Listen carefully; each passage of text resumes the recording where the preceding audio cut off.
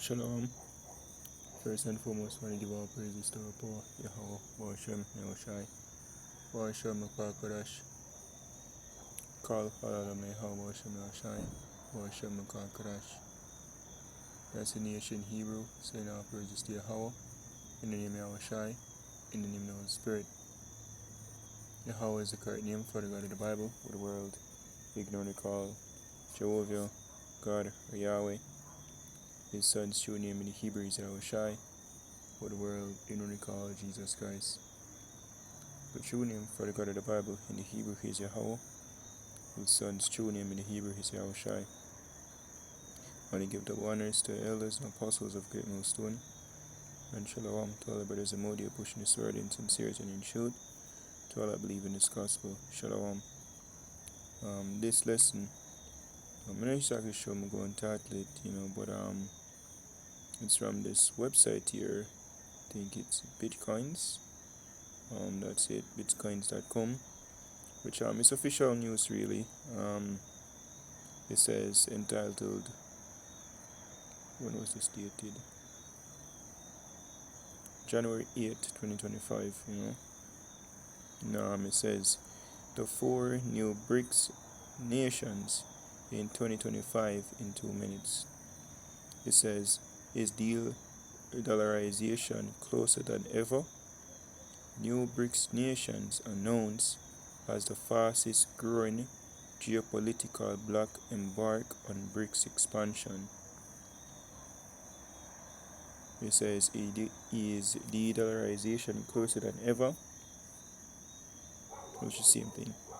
Continuing, it says, ready or not, the BRICS Economic Alliance is expanding like your waistline if you don't put down those leftover Christmas cookies.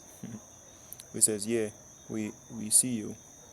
It says 4 new nations will join the Brazil, Russia, India, China, and South Africa alliance, which is basically BRICS, in 2025. And their impact could reshape geopolitics and global economics. And I think it's actually 9 new members in a partnership now with BRICS. There was some in, I think Uzbekistan was one of them. Uganda was one of them as well. And Bolivia, one more. That's 3. And then these 4, 7. There's 2 more. I don't remember them. But it was 9 in total. It says, here are the 4 new BRICS nations in 2025 in 2 minutes. New BRICS nation, number 1, Iran. First, we have got Iran, which is all about breaking away from Western influence. With one of the largest oil reserves and a strategic location, Iran brings geopolitical leverage to the table. And there was another news that came out that states that Iran and Russia basically start biological trading in their own currency, skipping down.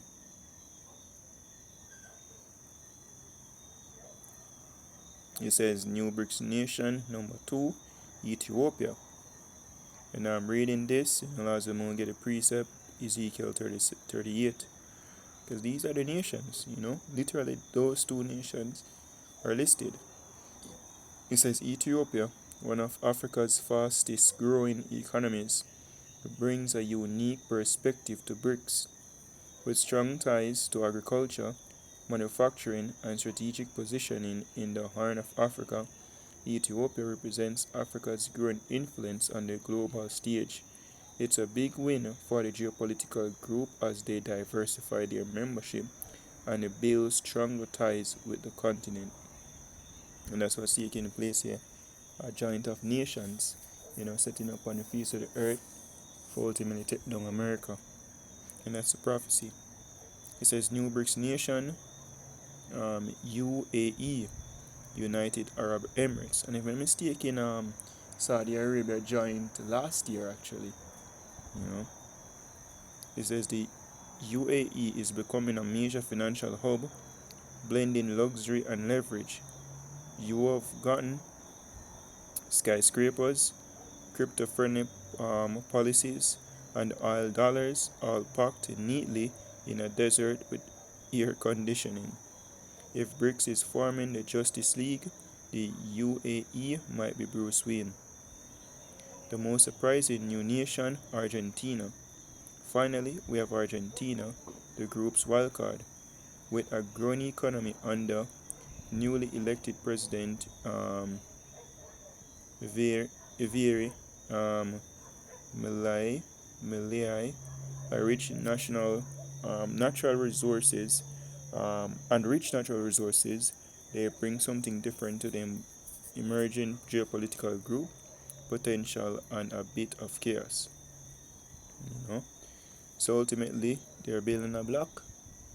Because even like how Trump are coming, Mr. Sanction man, so there's a reason why the country them say, and ultimately build up a little alliance where them can live without America. Even the the European Union, countries like France and I think Germany, was speaking about getting them own army, European army, right? It's going back to fulfillment of precept like the tenant shall hate the war and burn out fire. The war referring to America, and the tenant referring to the European Union, right? There was another article I had here. Same de-dollarization. Two countries officially ditched it. Yeah, this was it. De-dollarization from Watcher.guru. It says de-dollarization. Two countries officially ditched the US dollar for trade. It says the de-dollarization trend has been fast taking hold on a global level. Although the greenback continues to dominate international trade, talks about alternate currencies have flooded international relations, especially with Trump come back on the scene, Mr. Sanction Man. Several nations have already begun using respective national currencies for mutual businesses. Iran and Russia are the latest to officially ditch the US dollar, opting to use national currencies for trade. And the reason why the US dollar is still afloat, they couldn't print so much because it is a world reserve currency, everybody use it. And it's also the petrodollar wherein countries use it to basically buy oil. But no, them do bilateral trading that can basically pump back all the money back in the US, causing hyperinflation and basically topple the dollar, which can topple the world economy. It says Iran and Russia are the latest to officially ditch the US dollar, opting to use national currencies for trade. Iran and Russia are both part of the BRICS bloc of countries. BRICS nations are spearheading the global de-dollarization movement. Right? It says de-dollarization, sanctions pushing the US dollar out of the picture. It's a question, and that's what really taking place. Right? So the scripture speaks about the Mosai, Yahweh Hashem Shai, rising up the kings of the Medes. Because that's what's taking place right now. Russia is basically being that stronghold with the Isaiah or Jeremiah.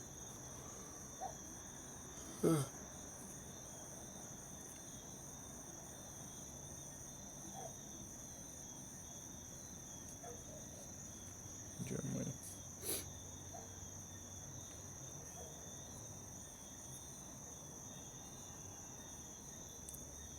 Jeremiah 51 and 11. It says, "Make bright the arrows, gather the shields. The Lord hath raised up the spirit of the kings of the Medes," which are the Russians today. They're in the land of the Medes. It says, "For his device is against Babylon," which is America, to destroy it. And it must start from, the whole hegemony where America have on the world right now, the dollar. If you don't go as how them want you go, them sanction you, destabilize your economy. It says to destroy it, because it is the vengeance of the Lord, the vengeance of his temple, and ultimately the destruction is going to come through thermonuclear destruction. But this is what's being done right now in the world as well. This is Ezekiel chapter 38 and 1. It says, "And the word of the Lord came unto me, saying, Son of man, set thy face against Gog, the land of Magog, the chief prince of Meshech and Tubal, and prophesy against him." And that's referring to Russia, you know, right, the land of Gog. It says, "And say, Thus saith the Lord God, Behold, I am against thee, O Gog." Isaiah 90 is not like the Most High is with Russians in regards like they're going to be the next world power and are they are his people. No, the Most High just have it that, Satan divided against Satan for topple his kingdom. It's a part of the show. So the Most High is against the Russians. It says, "The chief prince of Meshech and Tubal, and I'll turn thee back and put hooks into thy jaws, and I'll bring thee forth and all thine army, horses and horsemen, all of them clothed with all sort of armor, even a great company with bucklers and shields, all of them handling swords." So the Russian army is basically being made ready, right, by the Alba Shai. And so the elites them actually do that, and that's it, cut the rats them, basically popping up Russia because they're part of them global agenda for World War III. But the scripture say what? Men are the hands of the Most, and the Most High putting in their heart to fulfill His will. And the case the scripture says the kings, let's get it. Proverbs 21. It says, "The king's heart is in the hand of the Lord, as the rivers of water. He turneth it wheresoever he will." So the Most High control these nations. And he basically set them up. He basically got it. Even when you read, let's get this real quick first. Zephaniah 3 verse 8, "Therefore wait ye upon me, say the Lord, until the day that I rise up to the prey. For my determination is to gather the nations, that I may assemble the kingdoms, to pour upon them my indignation, even all my fierce anger. For all the earth shall be devoured with the fire of my jealousy." So the Most High gathered these nations to World War III. So he set up Russia to go against the armor of the earth, which is America. And if we put on a show. So let's go back to Ezekiel 38. And read back 4. It says, "And I will turn thee back and put hooks into thy jaws." So the Most High bring back Russia and put a bone upon the podium, for ultimately, right, go against America. Because no country would do that in the past,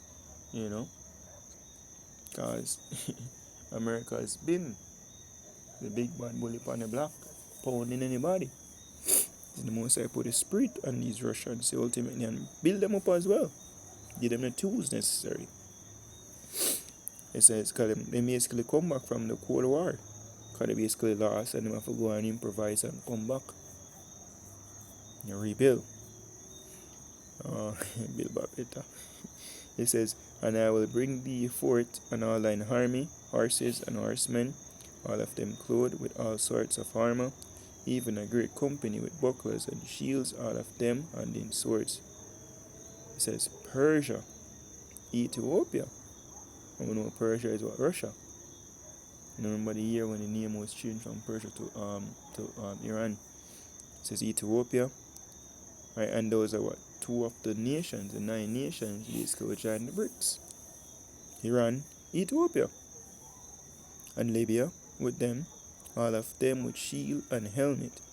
Gomer and all his bands, the house of Tergama, of the north quarters, and I think Tergama go back to Turkey.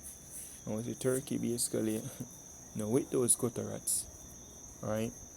And news coming out about Israel have got plan for war with Turkey, right? And America fought back Israel. So see, Turkey would be against America, and by default, in line with Russia. We see those moves being made from the downing of the two Russian jets. Right, so we don't know what actually happened. Where Turkey starts to side from them time there. It says Gorma and all his bands, the house of Turgama, of the north quarters, and all his bands, and many people with thee. Says a conglomerate of nations coming together, for ultimately take down the big bad bully upon the block. It says, be thou prepared, and prepare for thyself, thou and all thy company that are assembled unto thee, and be thou a guard unto them. So that's Russia now, helping the countries, where them want to be like with military, supplying them with S-300, 400, supplying them with necessary, we call it like bilateral trading, so them can basically survive without the US, because the US is indeed a skipper for to the hammer of the earth, impounding these nations. And China coming along as well, offering them better loan for so-called build them economy, right, which is all basically set up, but it's better deals, for them to them. Now America through the World Bank or IMF been doing, and ultimately it's just the will of the Most High. If we get these nations, if we ultimately go up against America, and Yahusha is going to return on the scene, in this third world war. So what is edifying to you like out there, giving our praise to our poor about Shem Shai, about Shem Kakadash, the mothers and to our elders and apostles of great millstone. Shalom to the full leg. Shalom.